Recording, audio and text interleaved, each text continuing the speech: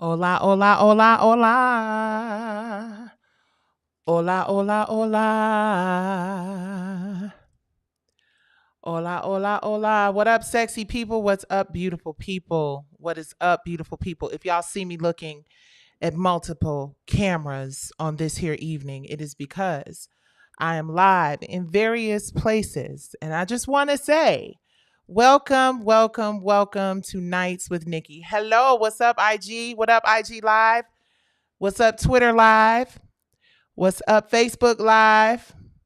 What's up, what is it? Instagram Live, Facebook Live, Twitter Live. I always forget. LinkedIn Live. And I'm happy to be here. Hello, beautiful people. What up, sexy people? What it do? What it do? What it do? Man, listen.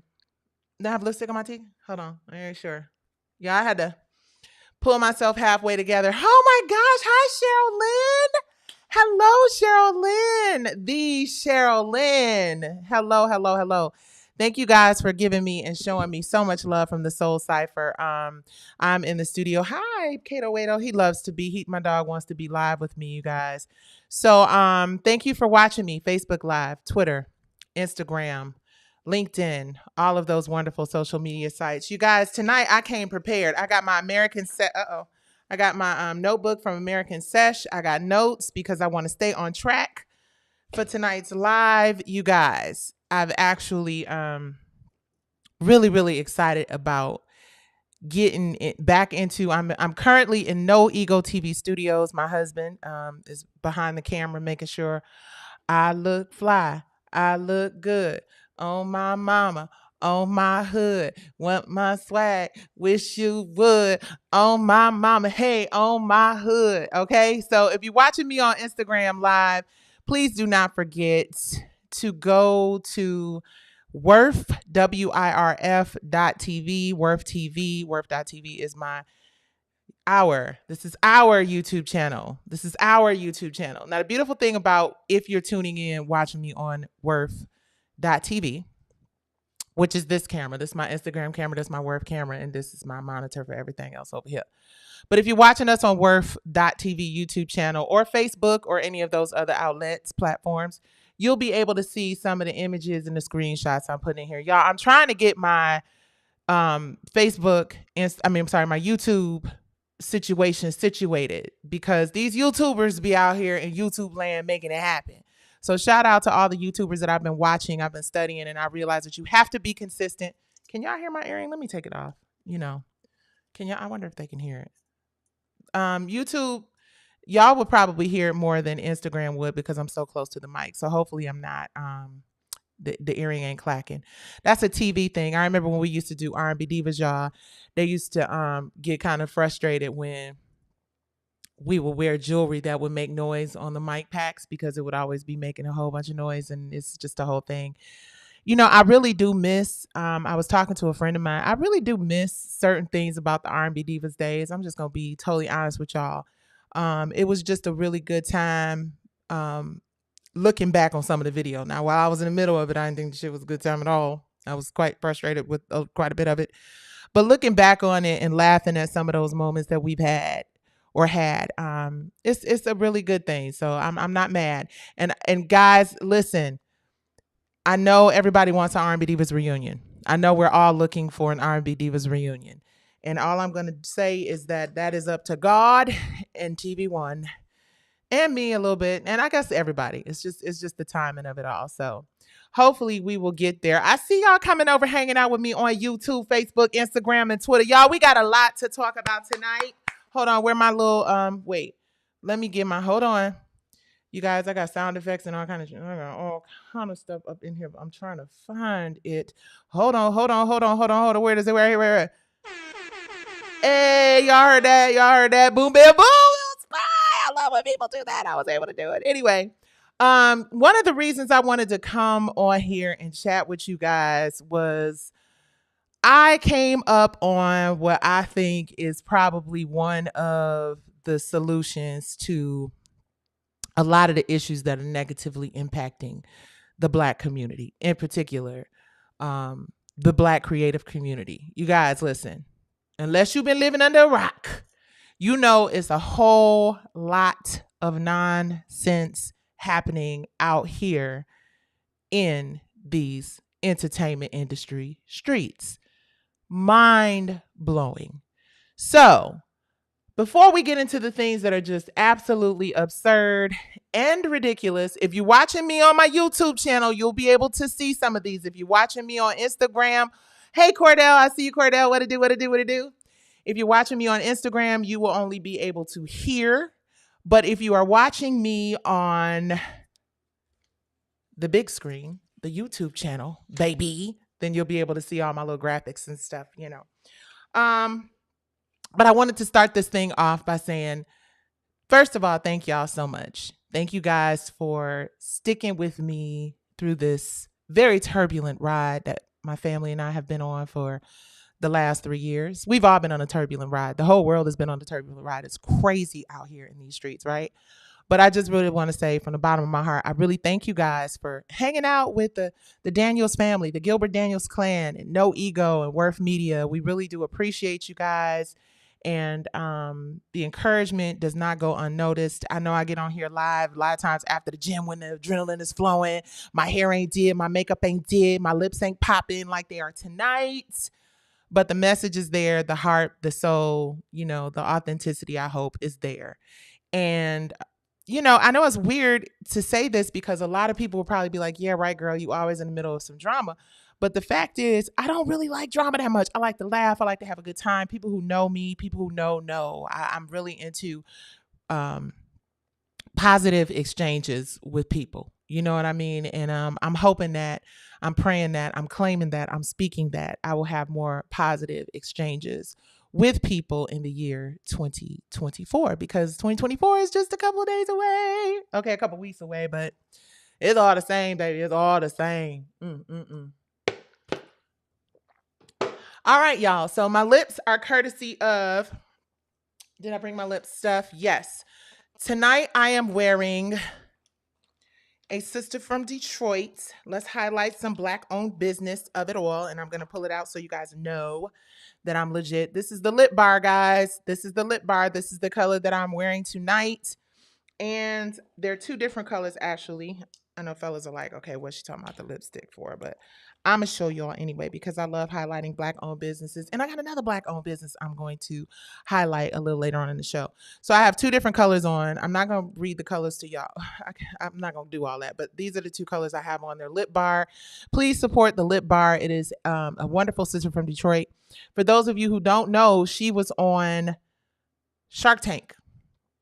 And they actually laughed them out of there. And now they are like one of the bigger brands in Target right now. So shout out to all the Black women in the world that are doing really big things out here in these streets. I love and appreciate seeing really awesome, incredibly talented women of color. In fact, I'm going to show you guys.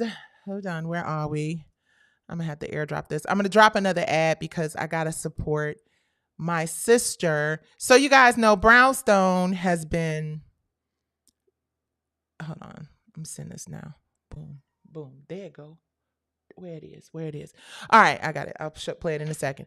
So Brownstone has been working on some really amazing stuff. When I tell y'all, we got some God is in the blessing business. We've got some really great things happening. At the same time that it feels like it's a lot of crazy stuff happening. So I want to share this with you all because this sucker right here stood out for me. If you're on my YouTube channel, Facebook, Twitter, you will be able to see this. This is one of my favorite social media posts. I'm going to do a little segment called My Favorite Social Media Post because people give social media a bad rap. And people say that social media is sometimes a really dark place. But I tend to find a lot of positive stuff. And it seems like the more positive things that I'm putting out into the universe, the more positive things that I'm receiving back. And one of the positive things, because the algorithm only gives you back what you put into it, right? If you constantly looking at negative stuff, then that's what you're going to get. And I think that the algorithm in the universe, as much as they be trying to, the OODA, that's the affectionate term, owners of the algorithm, as much as they be sometimes trying to silence ya, girl, I get a lot of positive messages that come through. And this is one of my favorite. You guys, again, Instagram, y'all can't see it, but everybody else can. This clip is from Thinking Minds page, and they just pop up in the Explorer, and that's why I know what we put into it, we get back. And what it says is, I met the saddest and the happiest version of myself this year. I met the saddest and the happiest version of myself this year. Does anybody else feel that way? Anybody else feel that way? Okay, I just hit the applause button on my little bootleg stuff and hold on, let's get a party noise too, because that's real in the field. Has anybody else felt like this year was borderline bipolar? Is it just me? I see some hearts. Yes. I feel like this year just got real, like 2023 was like, it's like you like, oh, thank you, Jesus, thank you, God. And then you're like, oh God, what's going on? What's going on? So it's literally like, for me, there have just been some really joyous, amazing moments. Like that soul cipher that we finna get into. Hold on, let me get my horn. Where my horn now? Hold on, let me find my horn. Woo. Oh, boo. Just like the soul cipher we finna get into. Yes, that was a wonderful moment. And we got some other great moments. Actually, they're next year, but next year is only a few weeks away. But I did feel like this year was kind of like a little bipolar-ish, because it was just, again, filled with, and not all of it. I know people assume that every time I get on social media and every time I get in this space that I'm always talking about P Valley. Although I'm spent a lot of time over the years talking about P Valley. I'm not just talking about P Valley. I'm talking about a lot of personal things that have happened in my family. A lot of personal things that have happened with people, that I love and I care about. And it's just been a year of meeting your saddest and your happiest self. Okay, another one of my favorite social media posts was this one. My girl, Robin Ayers. Shout out to Robin Ayers. She's my Instagram sister. Robin, if you're wondering what I'm doing on my Facebook page, for those who are watching Facebook, your amazing tweet that was so on point, I think it was today, I think I saw it today, is on the screen right now. And it says, I love hard, but I don't even harder. IDGAF even harder. Baby, that's the one thing I could tell you for sure. People tend to always want to take your kindness for weakness. They think because you love hard, I see you, Soror. They think because you love hard that you can not IDGAF hard. And baby, when I say I don't hard, as if it happens to go down that way, I don't know, I might call it selective attention deficit disorder. Maybe that's the angels protecting me from the bull sugar honey iced tea. But baby, I could care less. Okay, I'm gonna give y'all a couple more. This one was really big. Again, if you are watching me on my YouTube, Facebook, Instagram, or LinkedIn, you can see these things. This one says, before, when someone hated you, it meant you did something wrong. Feel me now. Before, when someone hated you, it meant you did something wrong. These days, it means you what? Did something right. Applause. I'm loving these little buttons. I'm loving these buttons. Listen, y'all, we live in a world where people who are spreading good news and people who are putting positive things into the universe are starting to really see that folks are starting to see that they really were coming from the right place. Right. My husband has been watching this. What is that thing called, babe? What's the thing with Suge called? Honey, what's the thing with Suge called? Okay. My husband has been watching the Suge Knight Collect Call thing on YouTube. And one day I walked into the room and I heard Suge Knight talking, right? And I said to myself, and myself said, And I said, this man is making a lot of sense. I don't know what it is now, maybe because we've all gotten older, maybe because there are a lot of things that have started to happen that are starting to make us look at things like, But I was listening to this Suge Knight Collect Call YouTube video. And I was listening to what he said. And again, like, I'm one of those people where I'm like, if I wasn't there, then it ain't my business. I ain't gonna be talking about stuff I don't know nothing about. But he said some things that were really made you go, should you might have a point there. You know what I mean? So I haven't seen the whole thing, all the episodes. I just saw this one in particular. And one thing that stood out for me is that he was talking about Black women, right? He was saying how Black women need to be protected and honored, and we need to listen. I'm paraphrasing, maybe those weren't his exact words, but just real talk. I met Suge many, many, many years ago. Shout out to Wes and Suge and all the folks back in there. He was never anything but respectful to me. Always seemed like he was a brother that was about his business. Always seemed like he was a brother that was, and I don't know about all that stuff because, like I said, I wasn't there and I'm not getting in the middle of all that. But I'm just realizing that a lot of people that we thought were one way. Hold on, let me find something. A lot of people, I gotta find a sound effect. Hold on, y'all. Let me find the sound effect. A lot of people that we thought were one way turned out to be another. That was almost perfect. Man, listen, some of these people out here in these streets are surprising us all, and we're going to get right on into it. Thank you guys so much. Let me shout out some of my people in social media. I see you guys on worth.tv. Thank you for watching on Worth. I see y'all watching on Twitter. And of course, I see you guys watching on my Instagram. I appreciate y'all. And Facebook. Thank you, Facebook. Thank you, thank you, thank you. So I'm going to get into a few more things that I'm really excited about. You guys, there's some really great headlines in the news. I know I get on here a lot and I share a lot of the trauma and the terrible stuff that's happening. But I would like to share for you something a headline that I just absolutely love. And again, IG, you're going to have to just listen to what I'm saying. What's up? What's up? I see y'all. I see y'all. I see y'all.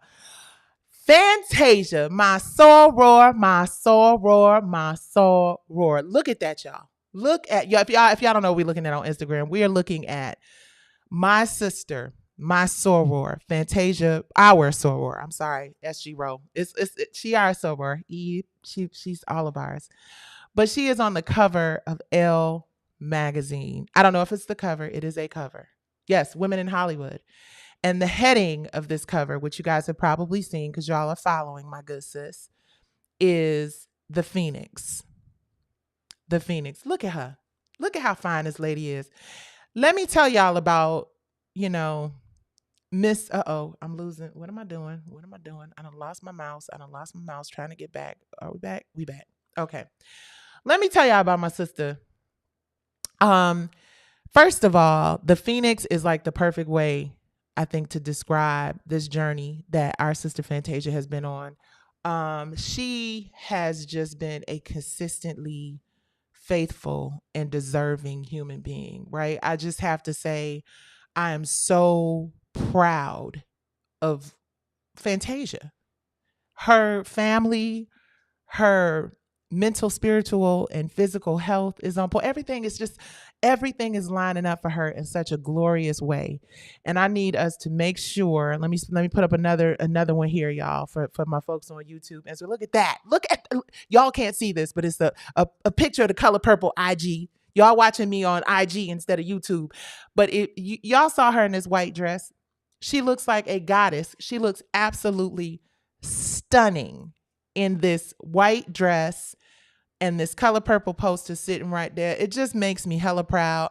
And also what makes me proud is to know that I was there. I was present. I had I wasn't the only one there. It was a bunch of amazing sorors in North Carolina who had the opportunity to be there and be present and witness our sister. Earlier this year, two sisters, Yvonne McNair, who was in the previous picture, Instagram, y'all ain't no YouTube, so y'all ain't see the pictures. Y'all just got to hear me talking about it. But shout out to my soror, Yvonne McNair, and Fantasia and Alexis. Listen, this is the real deal. I've said it before. I will say it again. This sisterhood in SG Row is the real deal. And I will, in fact, play, if I may, a video. Wait, no, that's the wrong thing. Bear with me, y'all. Bear with me. IG, y'all listen. The Instagram. Right now what's playing is a video. And if y'all was on my YouTube channel or subscribe to my YouTube channel, y'all would be able to see us shaking that shaking that money. But now y'all just have to hear it. It's for our YouTube people. I love it. I love it. Let me make sure I'm not talking over this while this is going on. I'm saying subscribe. Oh my God, Renaissance. Oh my God. Okay, we got to talk about that. Okay, guys. Okay, let me get back on. Mr. Drez and Rez, my nephew, just told me he just came in from seeing Renaissance. He said it was amazing. Listen, you guys, this might just be for real. This might just for real be the year of the Black woman. This 2024 thing might be the beginning, the start of the century of the Black woman, because that is another great headline. Seeing, when I look and I see Beyonce being like the highest grossing tour ever, right? When I see, Fantasia about to win all the Oscars, not just Fantasia. I think everybody's going to win in their category. Everybody's going to win. They're going to take it all home. And just some of the conversations that I have been having as a woman of color. Okay, I'm going to take this off because y'all, I feel like it's click. Okay, I think I might have fixed it. Can y'all hear that? Just the conversations that I've been having here recently have just been so inspiring and so empowering. And I want to say that I truly, truly believe that this is going to be a really good next few years, a really good century for women of color. It is long overdue, you guys. And I mean that with my whole heart. So I know that a lot of people have been asking me my opinion. It makes you smile, cry, and laugh. It's just beautiful. I love it. And the fact that, let me tell y'all something. So this reparations report. Hi, Marvin. Hello, Marvin, our manager. Shout out to our managers, Marvin McIntyre and Miss Loretta. They've done amazing things. I just actually got a text from Miss Loretta just before I went live today to tell me that we can make the announcement at some point tomorrow. This is just one announcement of many great announcements to come. This is about Brownstone, so it's amazing. Like I told y'all, the year been just a little slightly, sort of, kind of, just in a small way, a little bipolar, because great things are happening at the same time, that we still have a long way to go in certain areas at P-Valley. But I'm not here to get in Katori's ass or Lionsgate's ass or P-Valley's ass. I'm here to talk about something really important as it relates to Black people. We are about to talk about this reparations report. When I tell y'all that, so here's the deal. Hold on, let me pull this up. Bear with me for a second. You guys, this is, I know y'all like reparations, but the work that these people put into this here situation thing is crazy. So hold on one second. Pull this thing down. So guys, all right, before we get into the reparations report, if you follow me on IG or any of my social media accounts, you know that I am a staunch advocate for creatives. I want to see us win. A lot of people might confuse that with me being difficult or you know what? There's another, hold on. There was another favorite post that I got to put up for y'all so you can see where I'm coming from.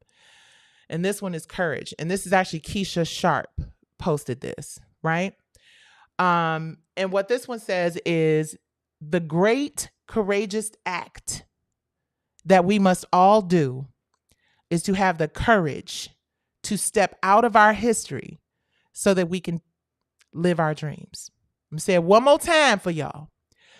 The great courageous act that we must all do is have the courage to step out of our history and past so that we can live our dreams. Baby, let me tell you, it is very difficult to work in an industry where they want you to be silent about violations, right? Um, we work in a business where it is frowned upon for you to tell the truth and shame the devil, right? Make sure y'all subscribing on YouTube. I see y'all coming in here, making sure y'all like and subscribe and all that stuff. I'm trying to be like the real YouTubers. And unfortunately, when you do speak out, you are often labeled difficult. You are often labeled a problem.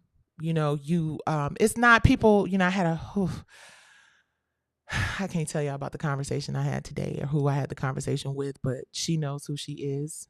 And what we got coming together when the time is right, when it's all like done up. We about to run up in this business like kicking in the doorway in the full. It's about to be on and popping. Jayla! Queen Jayla! Hi Jayla, I see you. Some beautiful things, you guys. I had a great conversation today. I'm so excited about it. You see, y'all probably don't know, but I got 2 chairs back here for them one-on-one moments that we gonna have. I will have some guests every time I do a show. It just won't be about me. But right now, that's what I got. And baby, we got to do what we got to do. But thinking forward and really being optimistic about what is happening in 2024 really brings joy to my heart. There are some challenges. I mentioned it in an emotional space a couple days ago, but I want you guys, I'm not going to put it all out here right now, but to my sister, I love you very much from the bottom of my heart and my soul. My sister is my shiro. All my sisters are, but this one in particular is just like, it's her season to show the whole family what, perseverance and fearlessness and light and, just being grateful for the moments that we have, right? We are really dealing with some serious stuff here. And I'm learning from one of my baby sisters, how strength and perseverance is all that matters in an optimistic perspective on even the most difficult circumstances, right? So God sends us these lessons in ways that we be like, Jesus, what's going on? But then when the smoke clears and we really think about it, it's just like the reality is we all really don't know. You never know when God is like, okay, you've done your thing. It's time for you to go. That's why you got to do your thing in a major way while you're here and while you can. God is not asking us, God is requiring us to live our best lives while we have air in our lungs and blood running through our veins, right? So I want to encourage everybody to do that. I know you're like, she was just out here complaining the other day. Yep, because I'm human. And there will be days when I will get on social media and I will read for filth people that I think have violated me and disrespected me and my family. And then there are days when I get on here and I'm like, here's a perspective. I'm still here. We still here. Hallelujah. Glory to God. We are all still here. Y'all on the live, so y'all here. So let's get into, oh my goodness. I got to talk before I get into this reparations. Y'all want to hear this reparations conversation. Do not play. You want to hear this conversation. When I went down this little reparations rabbit hole, and I'm not going to get to all of it tonight. I'm going to get to some of it tonight, and then I will get to the rest of it on another night. Nice. Welcome to Nice with Nikki. I didn't even do my introduction. Babe, we need a theme song. Give me my theme music. Dum, dum, dum. Dum, dum, dum. Hello. Someone said I sent you. Listen, y'all, please forgive me. Hi, Rodney Perry. Please forgive me if you've been sending me messages or you've been reaching out to me via DM or even there's a phone that people have been texting that I don't even have no more. So if you've been texting me and I haven't been responding, it is not because I'm trying to be rude or disrespectful. It's just because I don't even have that phone no more. And sometimes, honestly, my grandson has the phone playing games and stuff on it. But anyway, thank you for, there was a badge. Shout out to the real J. Cole. Come on, the real J. Cole buying the badge. Thank you. I appreciate you. Wait, hold on. Let me give you one of these sounds. Hold up. Hold up. He gets a party noise too. Hold on. Okay, thank you. Thank you, because God knows that we need all of the support that we can get. Please do not forget to subscribe. Hey, Lynn, I see you, Soror. I see you. I see you. Please do not forget to like, subscribe, and share this video. I know that I've got like 5 people on YouTube. No, actually, I got more YouTube followers. They're increasing, but I'm really trying to make it a habit of sewing into the YouTube community. So thank you to my YouTube family. I need some of those almost 200,000 people on Instagram to make sure that y'all subscribe to worth.tv. You can click the link in my bio and go and click and subscribe. If you prefer to watch it on Instagram, I get it, because I know there's Instagram people, Twitter people, YouTube people, but please make sure that you subscribe. All right, I got notes. Told you I got notes so I could be stay on track. So another headline that I love to see, right? We're not just going into headlines we don't like. We're going into headlines that we love to see. This is a headline that your girl loves to see. And the headline reads, for those of you who are on Instagram and can't see it, Soul Train Awards 2023, Eric Bellinger, Nikki Gilbert, Marsha Ambrosia, Aaron, and more join forces for this year's Soul Cypher. What I love most is the subheadline that says veterans and rising stars gather for a must-see performance. And then here, I think it was the Yahoo page that said the 2023 Soul Train Soul Cypher bridged R&B's generational gap. Y'all, listen, that was so much fun. I don't think I could play. Thank you, Miss Diva, forever for buying a badge. Thank you, thank you, thank you, thank you. Thank you, thank you, thank you. Oh, wait, let me get Miss Diva forever. No, you need another one. Hold on. We're going to give you that DJ horn. Huh. Hey, thank you for the badge. Thank you for the badge. Thank you for the badge. Let's see. Who is, let me go here. How do you guys, I'm still learning a couple of little gadgets here and there. So if you've given me a super chat on YouTube, thank you very much. I appreciate y'all with everything in me. I do. I mean that. I know it sounds like I'm rushing through the thank you, but I mean it sincerely. The Soul Cypher for Soul Train was absolutely wonderful. And I have to say that I'm so grateful to my friends over at BET. Thank you, BET. Thank you, Jesse Collins. Thank you, Paramount.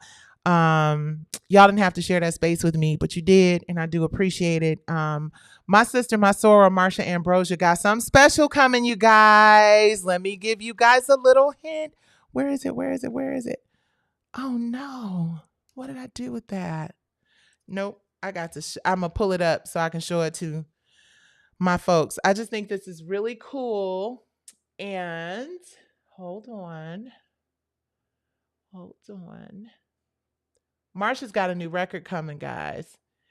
And I had pulled something. Let me see. Oh, man. Where is this dang old thing I pulled? Anyway, go to Marsha's page. Probably isn't meant for me to do it.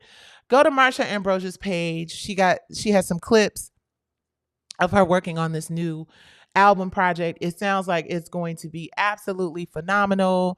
I am so proud of my sorors.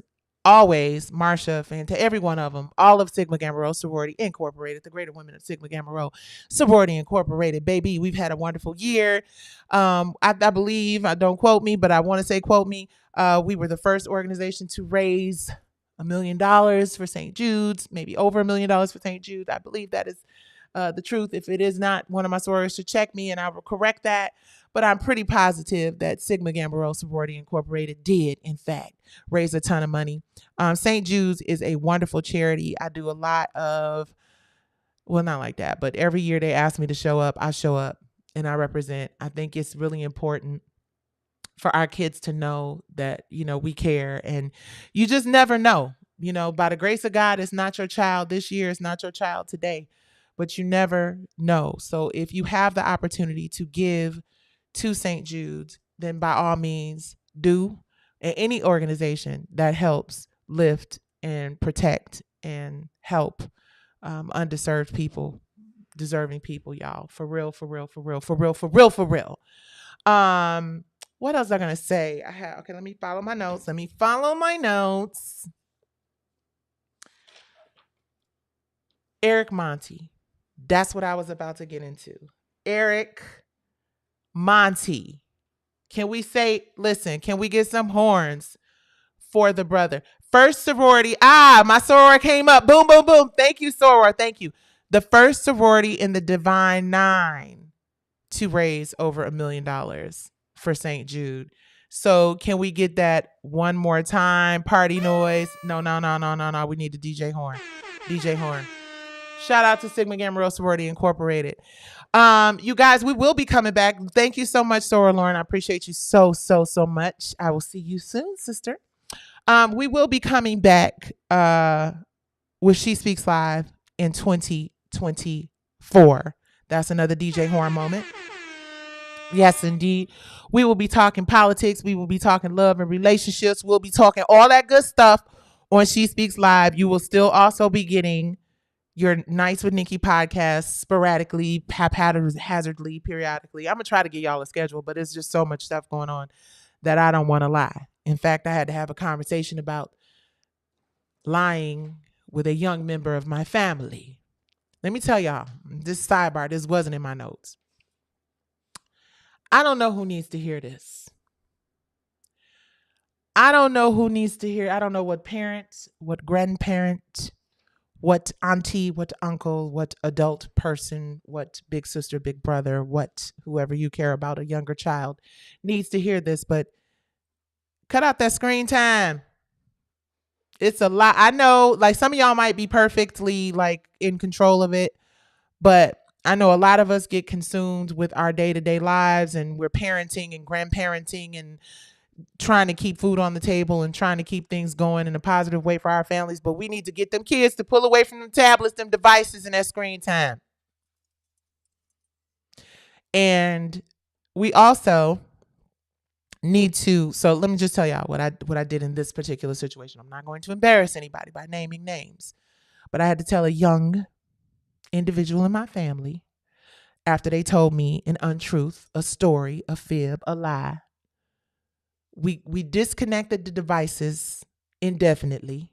We're not going to be on those devices right after school and on the weekends and all this other stuff because there's a lot going on with them games and devices. And since he wanted to make up a story, I literally have him writing a 10-page book. Yes. Hold on. Let me get some party noise for that. Yep. You're going to tell me a story, then you're going to do one that you get paid for. I'm a writer. I'm a creator. That's the only time telling something that ain't true makes sense. When you're creating it, you're copywriting it, and you're licensing it for, profit. And some people choose to take other people's creative ideas and books and shows and plays and such and pass them off of their own. That's not what I'm talking about. What I'm saying is give these kids something more constructive to do. And I was like, you know what? Since you have this imagination where you want to make up some stories and not tell the truth, let's turn it into a whole little 10-page book. And when I tell you sitting there, lips poked out and mad, but the story is actually turning out to be really good.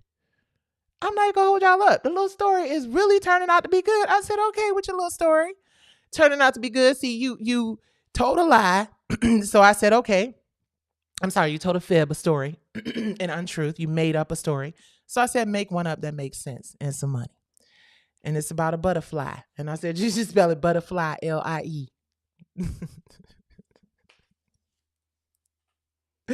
Hold on. Butterfly. I bet you won't be lying no more.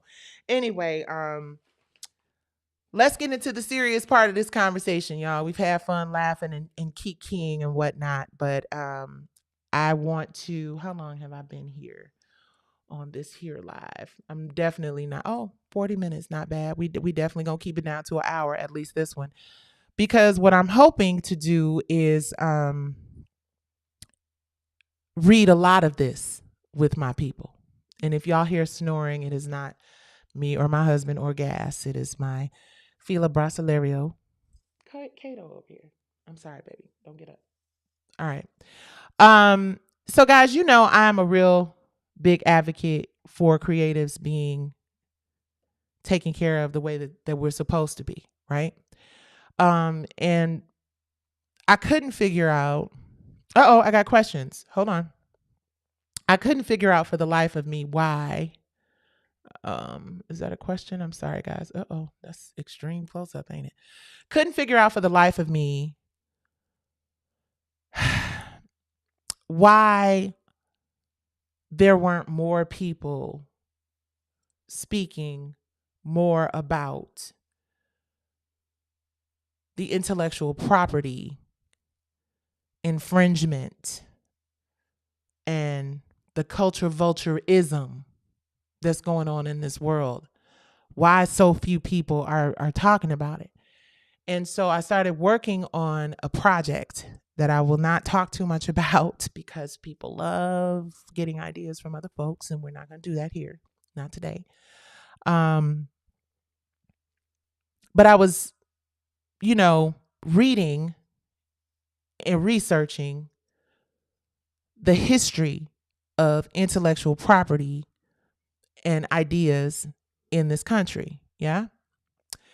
And I came up on this report, and this report was actually from 2023.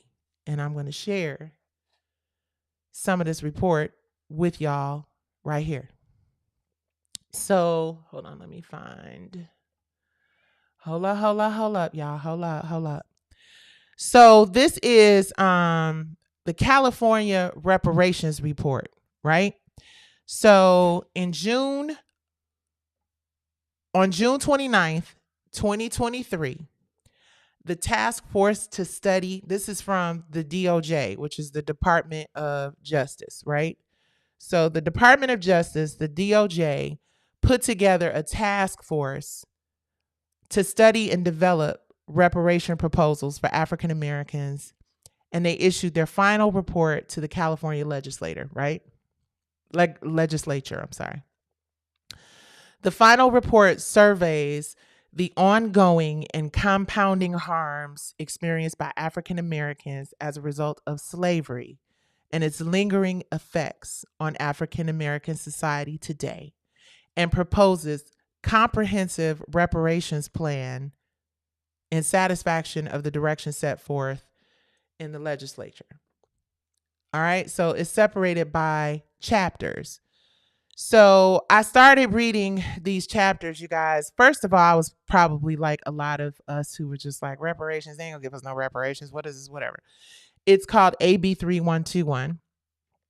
And they put together a task force of really smart, incredible people, right? Really brilliant people. And from what I understand, hold on, let me see here, this introduction. You guys, I would do my screen share on YouTube, but I'm just going to read it from my screen because I don't want to mess nothing up. And, see, like I'm doing right now. Hold on. So they brought together this amazing task force of really smart people. One of them happens to be a copyright trademark attorney. So, when I saw that, I was like, hello. Sounded like Marvin. Hello. So there are 10 chapters in this reparations report. So they got all these smart people together and they said, give us a comprehensive reparations report. This is from 2023. This isn't something from many, many, many years ago. This thing just was released this summer. And I was really shocked to learn that a lot of us aren't even aware of it. A lot of us did not even know. So as I was reading it, I was like, I'm going to go live and I'm going to share this with some of my people. Okay, because I think it's super important. So you don't have to consume this entire reparations report in one setting because it's thousands of pages. So we're not going to go through all of that on this here evening. But before we get into the reparations report, I want to tell you why I've been so inspired. I'm going to play you guys a video and I'm going to show you why I've been so inspired. And we're going to talk a little bit about this. And then, well, let me just finish this up. So there are 10 chapters, and the 10 chapters in this reparations report are, of course, the introduction is chapter 1. Chapter 2 is enslavement. Chapter 3 is racial terror. Chapter 4 is political disenfranchisement. Chapter 5 is housing segregation. Chapter 6 is separate and unequal education. Chapter 7 is racism in environment and infrastructure. Chapter 8 is pathologizing the African American family. Chapter 9, baby, that's my chapter. That's my chapter. Control over creative, cultural, and intellectual life. Chapter 10, stolen labor, and hindered opportunity. 9 and 10 just resonate with your girl. And for those of you who are just joining us, hold on, matter of fact, let me put this right here so y'all know what to do. Hold on for a second, y'all. Hold on.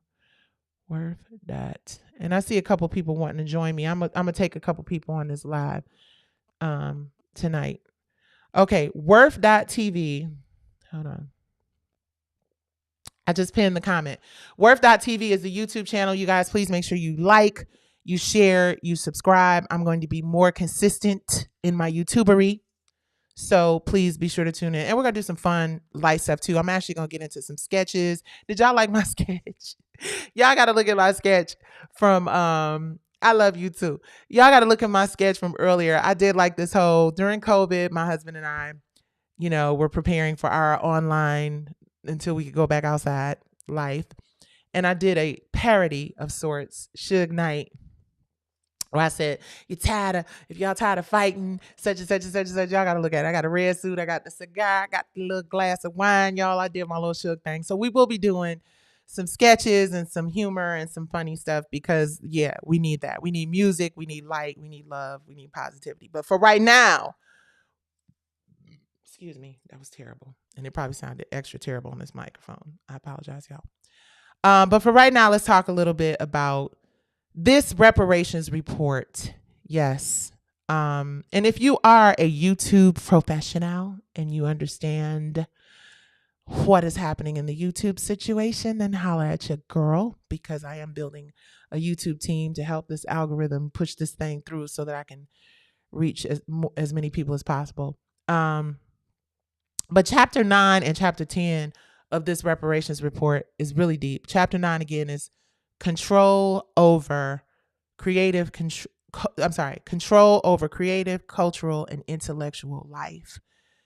And chapter 10 is stolen labor.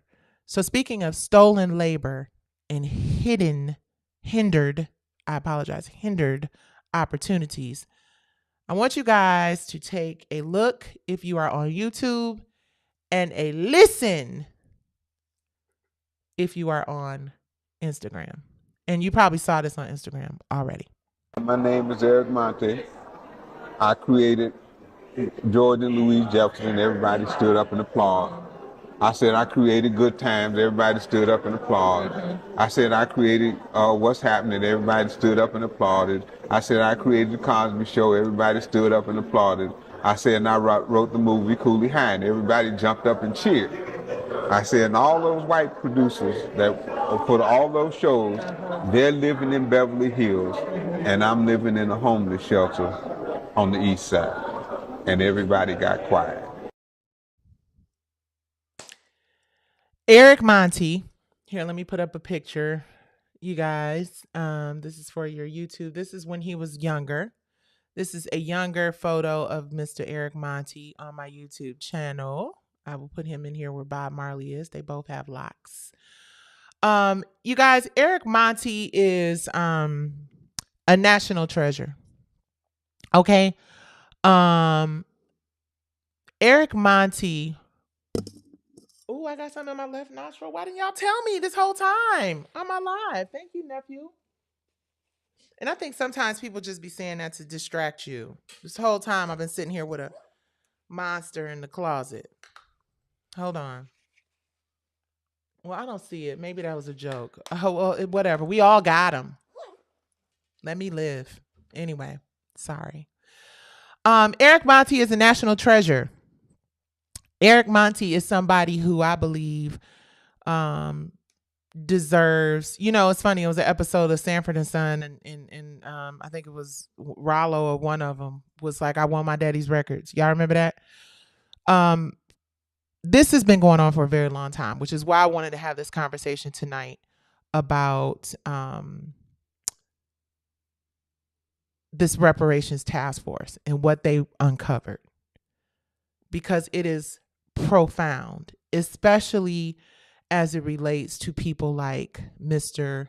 Eric, up that way, Mr. Eric Monty. Mr. Eric Monty created Good Times. He created the Jeffersons. He could create so many incredible. I didn't know that he actually created the Cosby Show. I thought it was something that I just didn't know. And what I do remember very specifically is growing up, I remember seeing that name Norman Lear pop up on the screen so big. It just seemed like, and I'm not even gonna hold y'all up, I always said I want to meet Norman Lear. I always said I want to go to Hollywood, and I want, because it was like boom, like Norman Lear.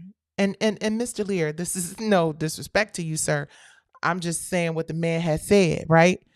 And it's especially believable for me because I have consistently created content and ideas that have consistently been co-opted or infringed upon, right? And some things you know about and some things you don't know about. And it's just something that this industry has done for many, many years. And I was watching the Tyler Perry Maxine's Baby documentary, right? And one of the things that stood out to me in this documentary is when Tyler and the executive from Lionsgate, ironically from Lionsgate, he was from Lionsgate, guys. I'm not making it up. I'm so serious. He was from Lionsgate. And which honestly, that's one of the reasons why I decided that I was going to go and pitch this to Lionsgate, because as I've stated a number of times before, the same person who had invested in Tyler Perry's career early on, who helped allegedly, and from what I've heard, facilitate him being able to get to Lionsgate and do the deal that he was able to do, that he talked about in the documentary. Those people were backing me as well. Incredible group of folks who really believe in Black creatives and want to see us excel and thrive. And when I went in and I pitched to the CEO of Lionsgate, I went in like with that same fire that, Tyler had. Like, I can come in here and do a licensing deal with you all, because they did those deals where they licensed content. And if you look at the Maxine's Baby documentary, you see clearly that Tyler Perry said, I had to have ownership.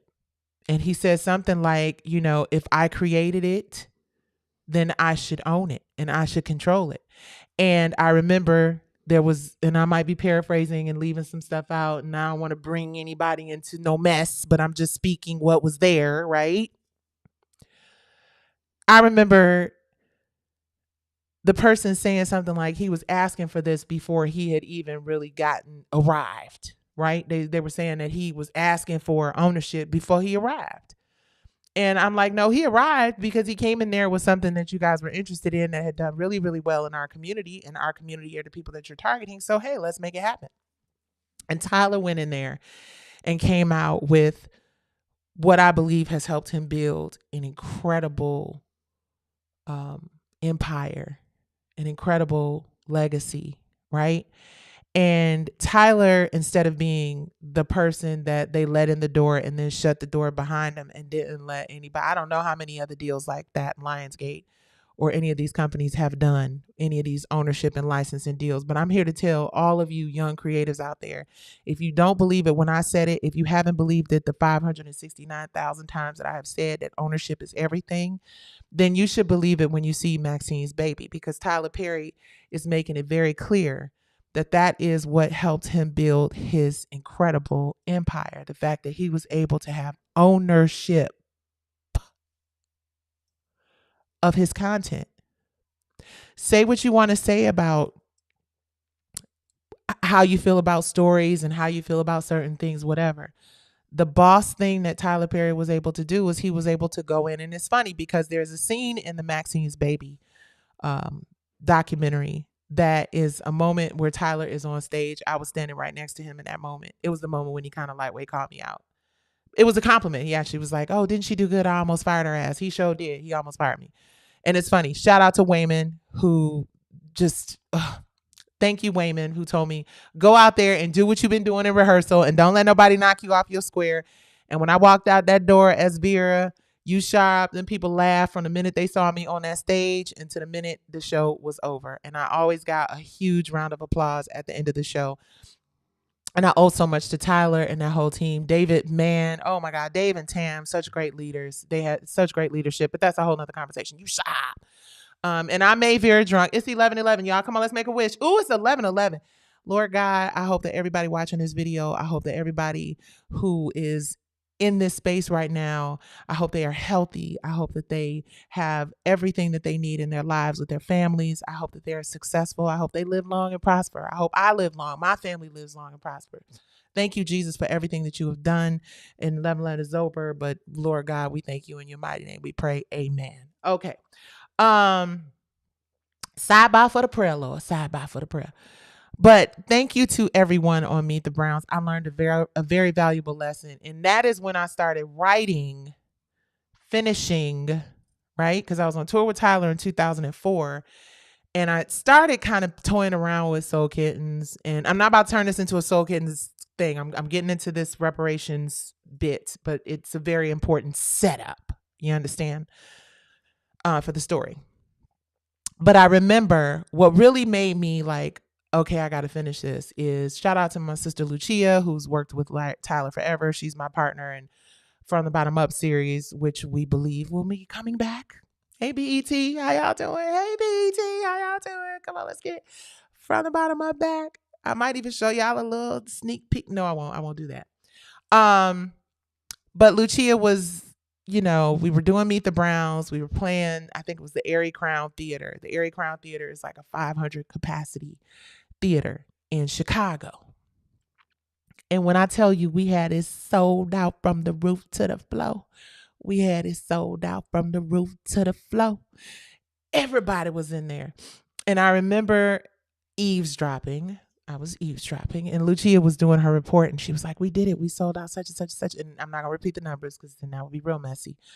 But I was like, wait a minute. And I came out my dressing room, and I'm like walking down the hall with her. I'll never forget like it was yesterday. I said, did you say that? She said, you better not ever repeat that. Nosy ass. I was like, no, but that's huge. And then when I realized how successful these plays were, it inspired me to finish Soul Kittens Cabaret, to complete it. So I did. And it inspired me to, after I did Meet the Browns, to go out and, my sister Fantasia and Faith. Shout out to Fantasia and The Color Purple. Y'all, I'm so geeked. I cannot wait to see. Y'all better go. Y'all better go see The Color Purple on Christmas, December 25th, Christmas Day. We all gotta go. Everybody. And your auntie and your cousin and the babies and the dog. Everybody got to go. But really great people supported Soul Kittens Cabaret, and I'm super duper grateful. And I went in and I pitched it as the same kind of deal after it had been out on DVD for a long time. I pitched the same situation to Lionsgate, to the CEO of Lionsgate. I was referred to the CEO of Lionsgate by my attorney at the time, Mr. Leroy Bobbitt. His assistant made the call, and my PR and management attended the meeting with me. So it's about 4 of us that knew about this meeting that he can't recall. But God willing, we'll get to court. We're in court.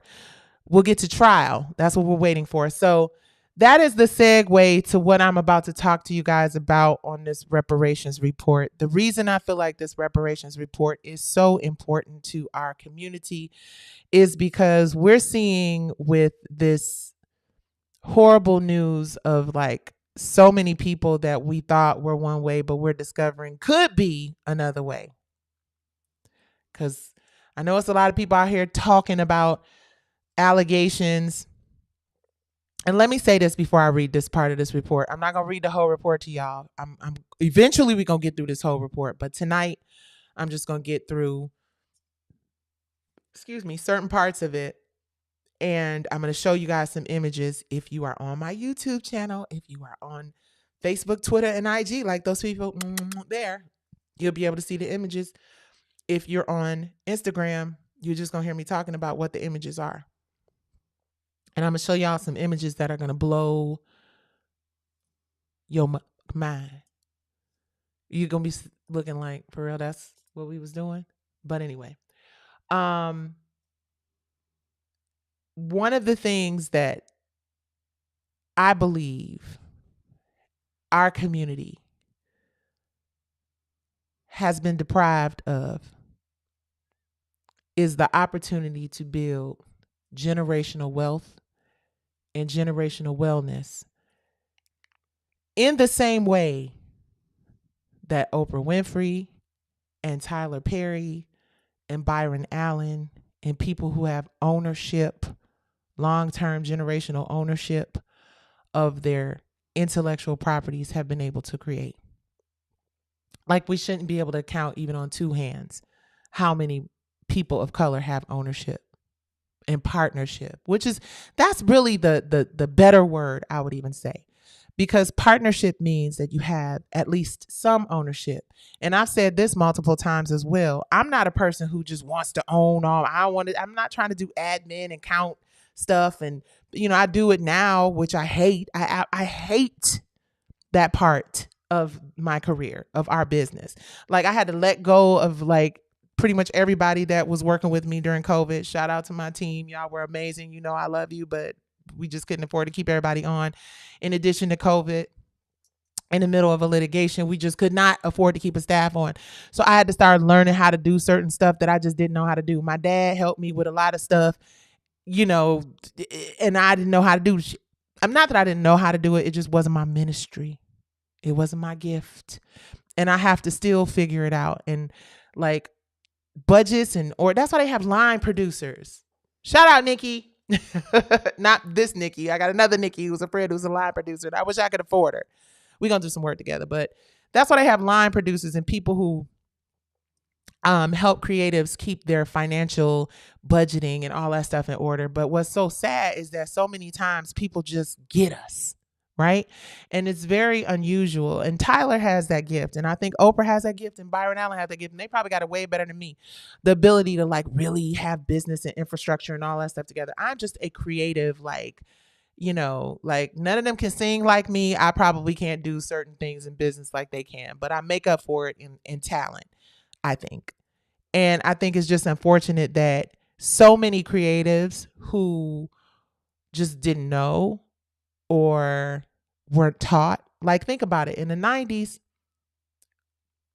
a lot of times people got over because we just didn't know. Like I said, I was talking to some people and I was like, some very, very, very, very, very, very important people in the music industry, and I was just like, man, can we just get to a place in the music industry where the executives and the powers that be and the people in control become real allies for us? That's my dog snoring if y'all just joining us. And really work together so that the people who create this content that makes all this money and the people who distribute and market and promote this content that makes all this money can work together. And that's why everybody's so broken, y'all. I mean, like, look around at what's going on. Thank you, Keith Cedric, for buying a badge. I appreciate the badge buyers and the super chatters. And I'm trying to get over here to look at the super chat situation. And where is it at? Hold on. I'm trying to look at this super chat thing. And you guys, I don't know how to pull it up over here. So if you're giving me super chats on YouTube, thank y'all from the bottom of my heart. Thank you, thank you, thank you. But I think the disconnect has always been that these executives, and when I read this reparations report, which I'm about to get to, you will understand better why. I understand now better why. I did not know. This is embedded into every aspect of entertainment and art and culture. It's crazy to me. And if you see success stories like Tyler, and you see success stories like Oprah Winfrey, and you see success stories like Byron Allen, don't you want more of those? Like, doesn't it feel like the world feels more fair and everybody's able to make more money. And it just feels like it should just be a natural thing for everybody to work together so that artists don't have to be so broken, right? We've lost so much. I say it all the time. We lost Prince, we lost Michael, we lost Whitney, we just Bob Marley, we lost just so many creatives. And we didn't have to, right? Because so many times these people left here because they were either self-medicating or they were overworked and underrested and just, whatever. It was just so much stuff happening around their careers that I think if we had labels and record executives, and I'm not pointing the finger at anybody because I believe at the end of the day, God, God, the Alpha and the Omega, decides all of it. But I also believe, like I said before, he brings us to our knees to make us pay attention. And we have so many opportunities to pay closer attention to what is happening with creatives in this world, what is happening with artists in this space. And we're so consumed with what was pleasurable for us, pleasure to our ears, pleasure to our pockets, pleasure to our taste buds, because we can take everybody money and go out and have fish off the coast of the ivory. I don't know, just, whatever it was just, it really felt like it was motivated by greed. And all we had to do to still have those amazing, incredible creatives. And the reason why I think this is like almost really true is because I remember seeing an interview with Whitney Houston. And I remember her saying in this interview, I just wanted to take a break. I just wanted to take an opportunity to be with my family and just go away and recharge. And she's like, I just wanted to go on an island somewhere and get away. And then something came up that she had to do or needed to do. I know Michael and the whole This Is It tour, I can only assume like when you're that successful, folks get tired. The one thing I can tell you about Beyonce, baby, Beyonce takes them breaks. She don't be all out here social media talking like me. She be out here. Now maybe that's how I need to be. I need to get my Beyonce on. No, please. Beyonce is 101. But I pray that and I believe that she has learned from our predecessors and understands that rest and wellness and family and taking a step back is important to be able to do this long term. So I just hope that more creatives live longer, healthier lives. I hope that more executives, more corporations and companies that have been taking advantage of creatives start to realize the true value of just taking better care of the gifted ones. Everybody. But since you're monetizing the gifted ones, take better care of them. All right, guys, I'm about to get into this. I will probably only be able to read you guys. Let me see. I'm gonna try to get like 2 pages in. 2 pages real quick, but I want y'all to listen to this because it is super duper important to our culture and to our community. All right. Here, let me take Mr. Eric Monty down. If you're just joining my live, please make sure that you like, you share, and you subscribe to Worth.tv YouTube channel. Oh, before I'm going to read this, and then I'm going to tell y'all, before I read this, I'm going to tell y'all this. Worth is an acronym for Women in Reality Film, TV, Music, Media, right? And our goal at Worth TV is to create a space for women of color in particular to not only be entertained, right? We all want to be entertained. We want to laugh. We want to party. We want to have a drink. We want to look cute. We want to do all that stuff. But we also want to be educated, informed, inspired, right? And this is a place, hi, Debbie. I see you, baby. And this is a place, Worth, as we've imagined it, is a place where that can happen. So I was building this thing. If you look at my post on Instagram, you see I did a whole like little promo. I was building this thing. I've been building it since like 2017, 2018, right? Just trying to make it go. And I stand and I look and I see all these streaming companies and they just zipping by me. And I'm like, oh, I was doing that. But I know God's timing and divine order is all that really matters. So I'm good just focusing on God's timing. And God wanted me to focus on this litigation. He wanted me to focus on this copyright infringement case that I have going on right now so that I can take everything I've learned, all the lessons, good, bad, or indifferent, and pour those into this Worth Media platform. But if you are a creative, a woman of color, BIPOC, Black, Indigenous person of color, I mean, it doesn't matter if you're gay, straight, whatever, none of that matters at all. And it actually, you can be a man. It doesn't matter. But if you're someone who supports great content and who wants to see better narratives and depictions of women of color, and that doesn't mean it has to be a snooze fest, and it does not mean it has to be kumbaya. It just means that we are creating content our way, for us, by us, and we're not letting anyone dictate or determine who we are. And that's it. Now let me do this page or two, and then I'm gonna let y'all go until our next broadcast, which who knows, could be tomorrow. But thank y'all for supporting me on the Soul Cypher. Thank you guys for sticking around and listening to this. I'm a little bit over an hour, but it's very important that you read this reparations report. California Reparations Report. This is chapter 9. And this chapter is about creative control over cultural and intellectual life. At its inception, the United States created a series of laws and policies that denied African Americans the ability to create and own art and engage in sports and leisure activities. During the period of enslavement, state governments controlled and dictated the forms and content of African American artistic and cultural production. Following the end of enslavement period, governments and politicians embraced minstrelsy. So for those of you who don't know what minstrelsy is, many of you probably do, I'm sure. But I am going to. So y'all know what step and fetch it is? Have you guys ever heard of step and fetch it? Oh wait, no, I'm sorry, it's right here. So if you're on my YouTube channel, I'm about to show you what minstrel is. And it's not minstrel, blackface, minstrelsy. This is minstrelsy, guys. This is minstrelsy. It is literally when people, white people, non-black people, painted their faces black. And let me show you. I got a video in here I can show you guys too. It's really mind-blowing how. Oh, I'm sorry, that's not it. That's not it. Disregard. Anyway, I'll get those pulled up a little later, but let me finish reading this. Hold on, guys.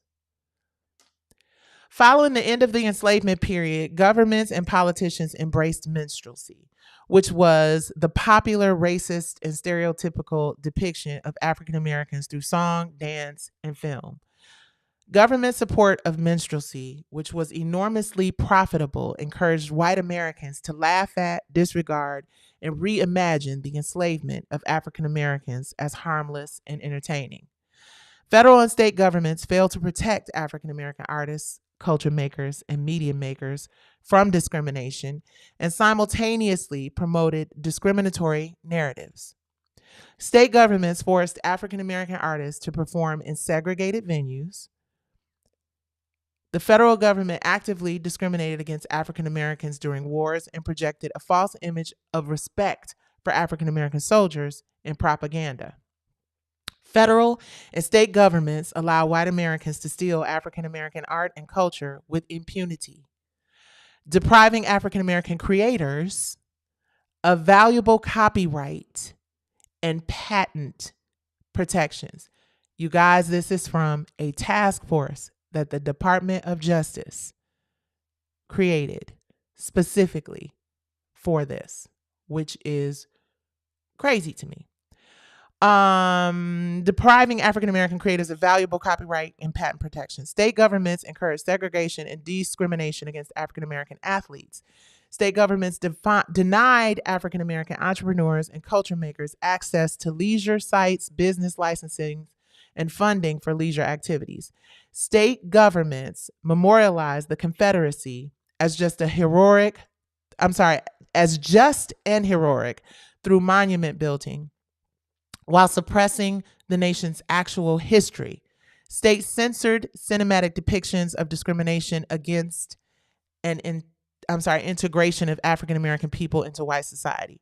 Today, African American artists, culture makers, presenters, and entrepreneurs must contend with the legacy of enslavement and racial discrimination as they attempt to pursue creative endeavors that empower and uplift African American communities. Let me read this one more time because y'all hear me talking about it every single solitary day. Today, African American artists, culture makers, presenters, and entrepreneurs must contend with the legacy of enslavement and racial discrimination as they attempt to pursue creative endeavors that empower and uplift African American communities.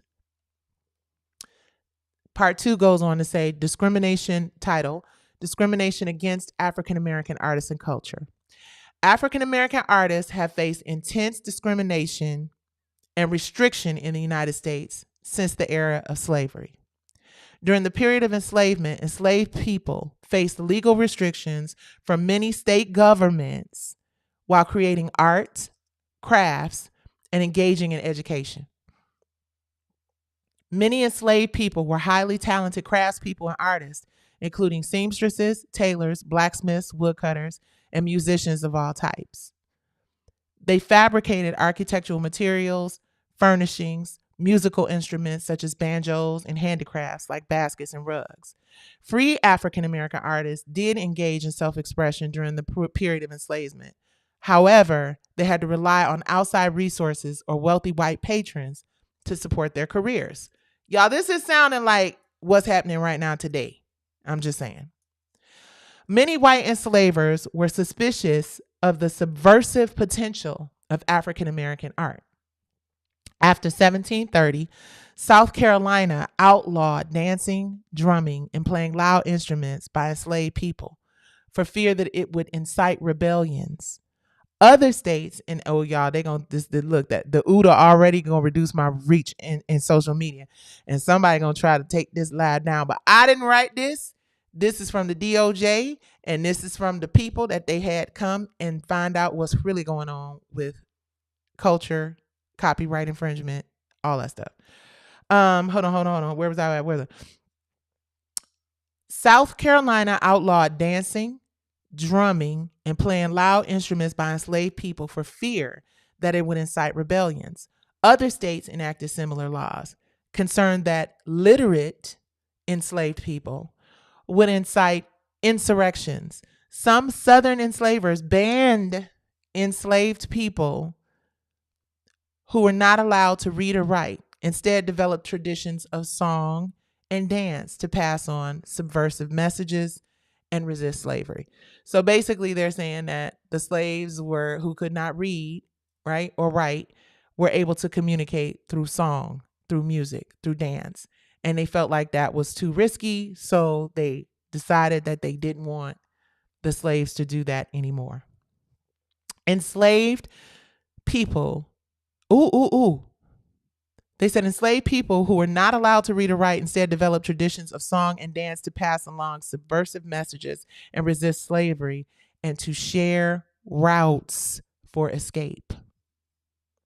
Enslaved people created music during the period of enslavement, but they could not capitalize on their own creative efforts the way that white people could. Yet, through work, songs, call and response, cries, and hollering, enslaved people coordinated labor and communicated with one another and commented on oppression that they suffered. I'm just gonna finish this page and we're gonna come back because it's a lot to unpack. I'm gonna have y'all watch this. We're gonna talk about this and we're gonna come back and talk about the rest of it because it's pages upon pages. African American artists were subject to segregation by custom and by law, enforced by state and local governments. African American musicians were forced to join segregated local chapters of professional musical associations, which were segregated due to racism in the music industry. They were prohibited from employment in city symphonies, radio stations, and clubs outside of segregated African American neighborhoods. Due to racist employers, unions, and police enforcement of segregation, concert venues were often segregated due to racist customs. African American musicians were subject to arbitrary racist rules. They could not make eye contact with white Americans who were usually standing right in front of the stage. So you perform and you're on stage, right? And you can't look at the people that you're performing with. That is against the law. That is crazy. African American musicians also could not stay at many hotels, which many of us know that. Could not stay at many hotels, and they were banned from restaurants that often served them rotten food or were often served rotten food at others. Such customs were enforced by state and local police. African American artists who challenged segregation were met with violence. For example, a musician in Georgia was brutally beaten for refusing to say sir in response to a white man's question at a concert in 1951. African American artists were driven from white towns in the South, barred from performing, and chased by white people brandishing guns. These are performers, y'all. These are creatives, performers. An interracial all-woman jazz group performed at some integrated concerts, but were occasionally turned away and even jailed. These are interracial jazz musicians who were jailed. Consequently, government's efforts failed to investigate or prosecute racists prosecute racist violence against African American artists. Last paragraph, and then I'm going to pull back from this and come back to it another time. African American sacred spirituals, hymns, gospel music, and freedom songs deeply influenced 20th century American popular music. Many acclaimed and influential American musical artists began their careers in African American church choirs. African American churches birthed gospel music, sound rooted in spirituals sung during slavery, integrated with chanting, clapping, and group participation. Gospel choirs began broadcasting on public radio stations, and church memberships grew to thousands. Much of the music in the civil rights movement was inspired by gospel and congregational hymns. Despite creating and innovating styles of music such as blues, gospel, rhythm and blues, soul, jazz, and rock and roll, and disco, African American musicians suffered from limited opportunities for financial success. White artists appropriated and profited from African American music. For example, under the 1909 Copyright Act, a record could be covered only after obtaining a license from the original artist. However, many African American musicians' contracts robbed them of those copyright protections. We're going to stop right there. We're going to stop right there. Reading this has made, and I'm going to come back in a couple of days and we're going to continue to have this conversation about where this idea that Black people could create all this magical, incredible art and have it just flat out stolen from them without question, without issue. This is something that's been going on in our community since the 1800s. And based on where things are with me in this P Valley situation, I'm not going to say that we've got it that bad, but I will say that there is a long way to go when it comes to Black people getting credit for the things that we have created.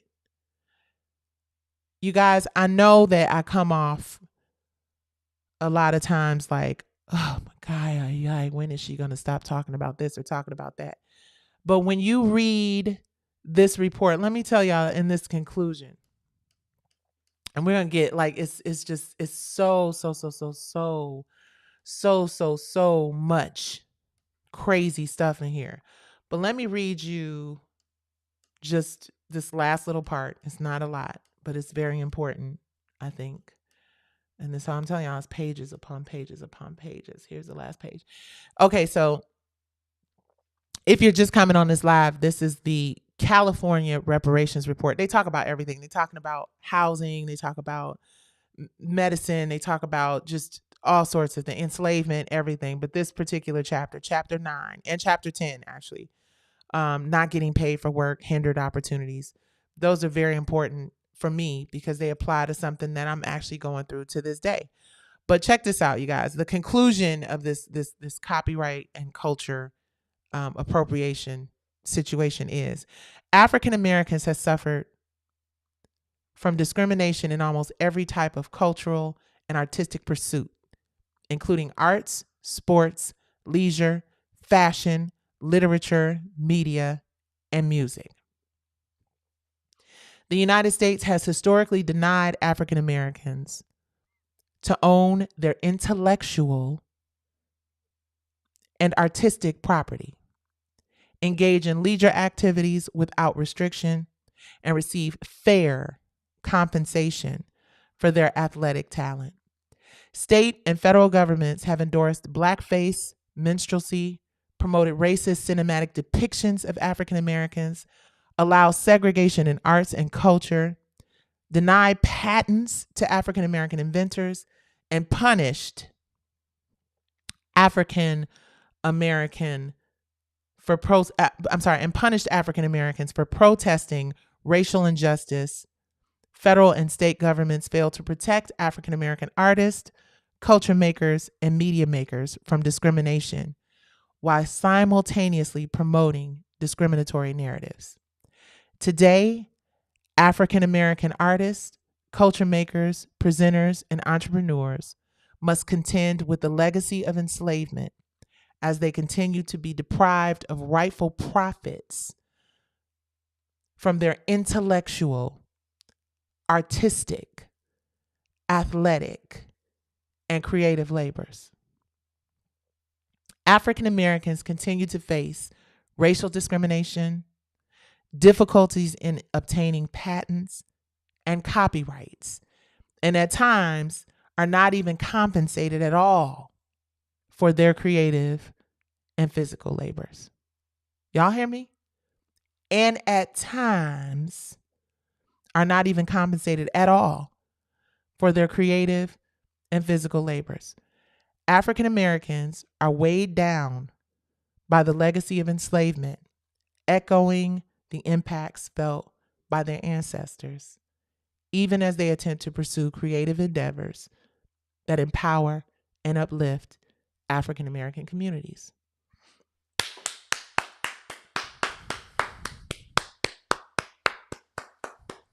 Hold on, where my thing at? Where my thing at?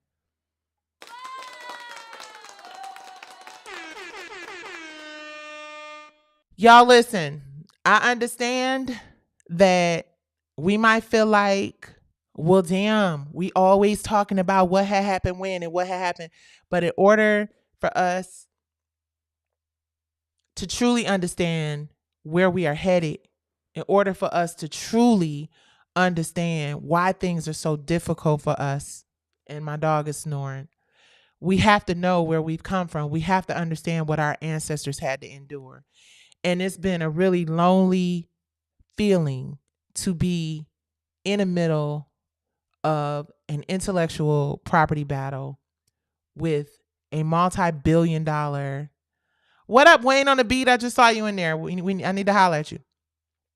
With a multi-billion-dollar company and feeling like I'm just, in this horrible space of like fighting for my intellectual property rights, but knowing that my ancestors and the people before us, like you guys, the fact that this report, and this isn't just some random report by just some random people.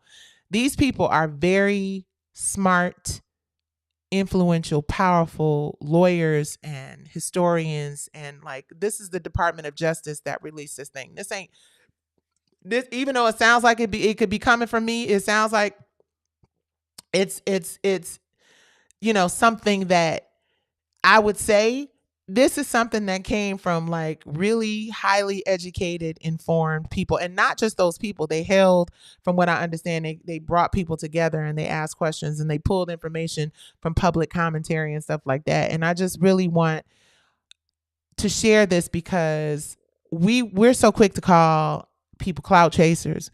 We are so quick to turn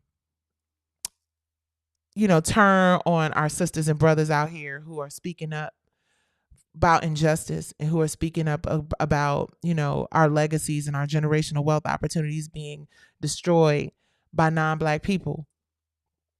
And we don't realize this is something that has been going on since slavery. This is something that has been passed on for a very, hold on, you guys, 1 second. I just have to block this person, right? All right. Thank you very much. I was getting distracted by the bullshit honey iced tea. Sorry. But this is something that's been going on for a very long time. And I don't feel so alone after reading this report, right? I don't get oh God, they got back in here. How did they get in here? I blocked them. Hold on, guys. Oh, I guess I can't. Whatever. I'm not gonna be distracted by it. But that's it. Yeah, I wanted to share it because it gave me hope. It made me feel like I'm not alone in this fight. It made me feel like there are people out there who understand and who have done the research and gotten the information. And I truly hope that the legislators who have to read this incredible reparations report that these people put so much work into really realize that Black people have been hoodwinked and bamboozled since we got here, or since they got here, or however, I don't know. I heard a few different stories. And we've been deprived, like they said, of our rightful profits from our intellectual and artistic and creative labors. That's them. This is from the DOJ, baby. This ain't Nikki talking about P Valley and Lionsgate. This is the DOJ. African Americans have suffered from discrimination in almost every type of cultural and artistic pursuit, including the United States has historically denied us the right to own our intellectual properties. Now, I'm not saying the people that are here today. I'm saying historically that has been the case. And hopefully the people that are here today want to make good on the sins of the father and allow those of us who are here trying to uplift and empower our communities through intellectual properties to do just that, and to stop making it so difficult for us to fight for the things that we should be able to leave for our families. And that's on Mary Had a Little Lamb. Shout out to my girl, Tiffany Haddish. Today is Tiffany Haddish's birthday. Or maybe it was yesterday. I don't know for sure, but I'm proud of Tiffany. I'm proud of Tiffany because Tiffany has decided that she is going to get on this wellness journey. And I hope that she is very successful with that. Tiffany is beautiful. She is smart. She is talented. I got a really amazing movie idea that I would love for Tiffany Haddish to participate in. And it's a serious role too. It's a real serious role. Come on, Tiff, holla at your girl. What else, guys? Oh, Creative Coalition. Let me run that right quick. You guys, we are trying to raise. I know y'all like, where we gonna get that from? I'm sorry. Y'all got me self-conscious now. We're trying to raise $1 million to establish a creatives fund because what we need legal eagles to help us protect our intellectual properties. We are trying to establish policy and agenda that allows us to advocate more for creatives and create this Creatives Partnership Act. And the biggest thing we want to do with this Creatives Coalition, Creatives for Equality, is training and education for our young people so that our young kids realize that, you can be more than famous. Okay? You can be more than just famous. You can be purpose driven. Okay. Remember to like, remember to share, remember to subscribe. I'm not going to make this a super duper long winded ass live, although I said an hour and it's been an hour and 30. But I've enjoyed talking to you guys. I'm definitely going to get y'all back up in the studio with me. Thank you for my Instagram crew that hung out with me on IG. I appreciate y'all. Make sure that you go to Thank you so much, Soror. Thank you. Make sure that you go to worth.tv. Yes, please subscribe, you guys. I'm building. Listen, it might only be like 15 people watching the live, but I'll look up and I'll be like, well, on my thank you, Keith. Thank you again for the super chat. I'll look back a couple days later and it's like 5, 600, 1,500, 2,500. Eventually we'll get to those 10,000, 20,000 views on YouTube. But right now I'm satisfied with the people that I'm able to reach. It's funny. I was talking to a sister today. Again, I cannot tell you who it is, but it's exciting. I'm excited about what we're about to do together. And she said, you know, it doesn't take, it's okay. She was telling me a story of a situation where in school somebody came and they spoke, and she's just like, I felt like this person was speaking to me. And it's crazy because we get caught up in the numbers, right? You get caught up in how many people watching, how many people, liking, how many people are subscribing. But this person I'm talking to is like one of the biggest, most powerful women in the world. She just happens to be in entertainment and media. And the fact that this woman came to the school and it wasn't that many students in there. I'm sorry, y'all, my dog's snoring getting louder. It wasn't that many people in the school, but she connected with her, and she was giving a speech and just inspiring and empowering, and she said something really empowering to her, and this woman has gone on to motivate and inspire like millions of people. It's just proof positive that all it takes is that one person that's watching you, that one person that's listening to your story, that one person that's listening to you hopefully motivate and inspire people. And that person could grow up to change the world. That person could grow up to be the president of the United States, or the sister that I was on the phone with today.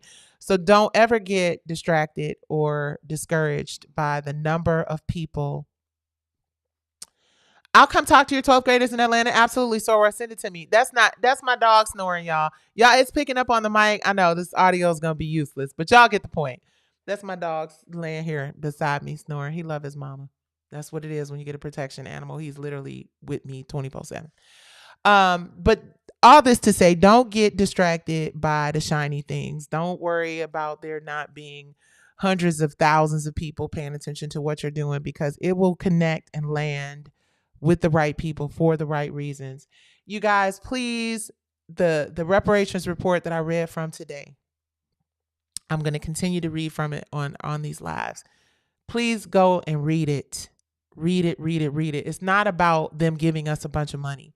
It's about the fact that these people took 2 years to do the research, to have the conversations, to discover where the issues are as it relates to Black people in this country. And they're working really hard to hopefully make things better for us. And that's the best we can hope for. Keep all of your self-talk very positive. Speak nothing but win, W-I-N, not W-H-E-N, even though I'll be like, win, Lord, win. But win, W-I-N.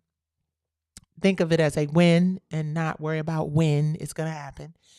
And more important than anything, breathe in through your nose and out through your mouth.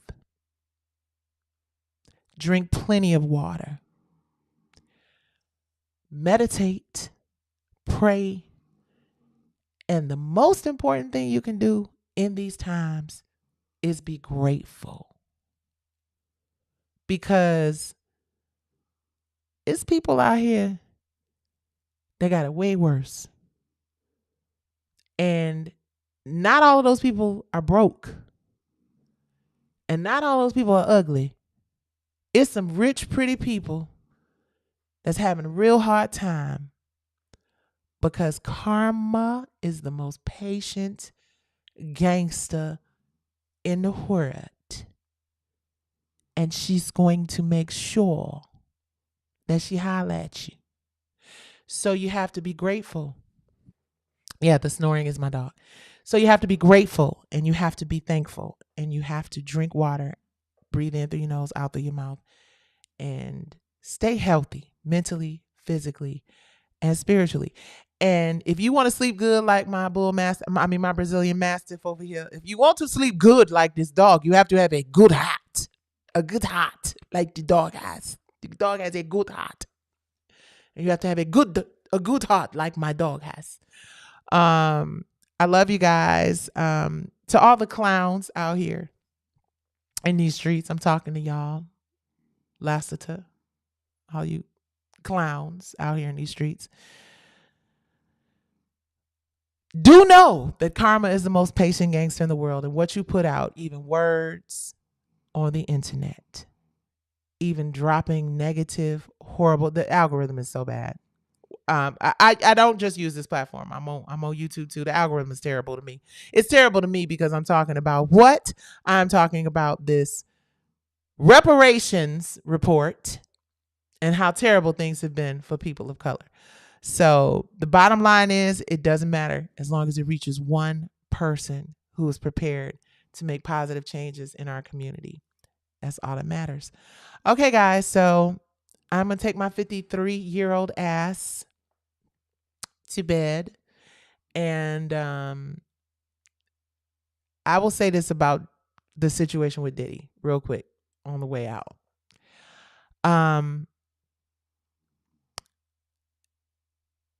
He has kids. He has children, as my dog snores.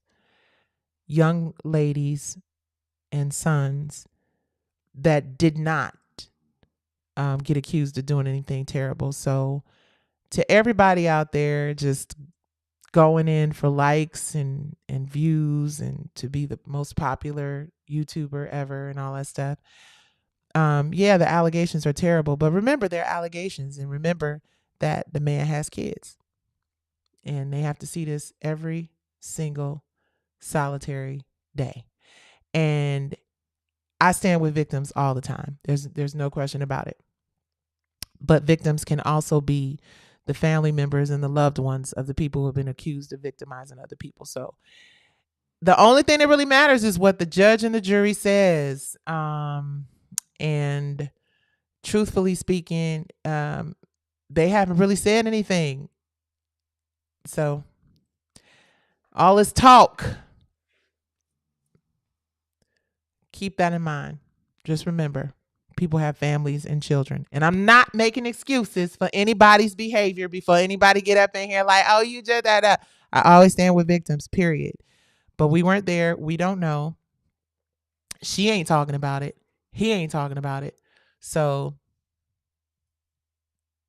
let it rest. Like, what is it accomplishing to, well, you know what? Let me let these people do what they want to do. On that note, see, that's the reason why I said 53. I'm tired. I get to talking sideways. Y'all talk about who y'all want to talk about, how y'all want to talk about it, what y'all want to talk about. Just remember what I said. Karma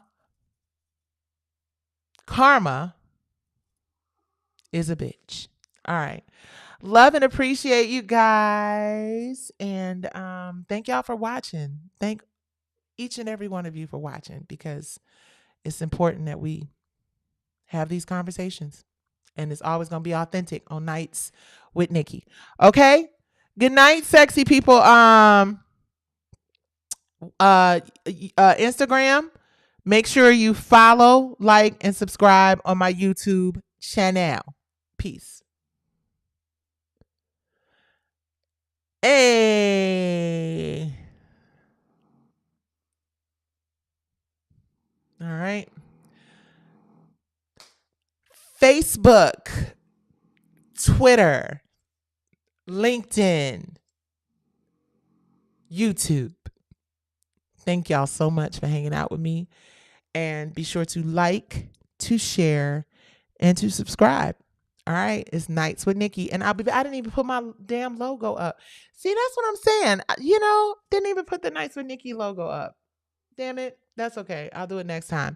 All right. Peace, love, and soul.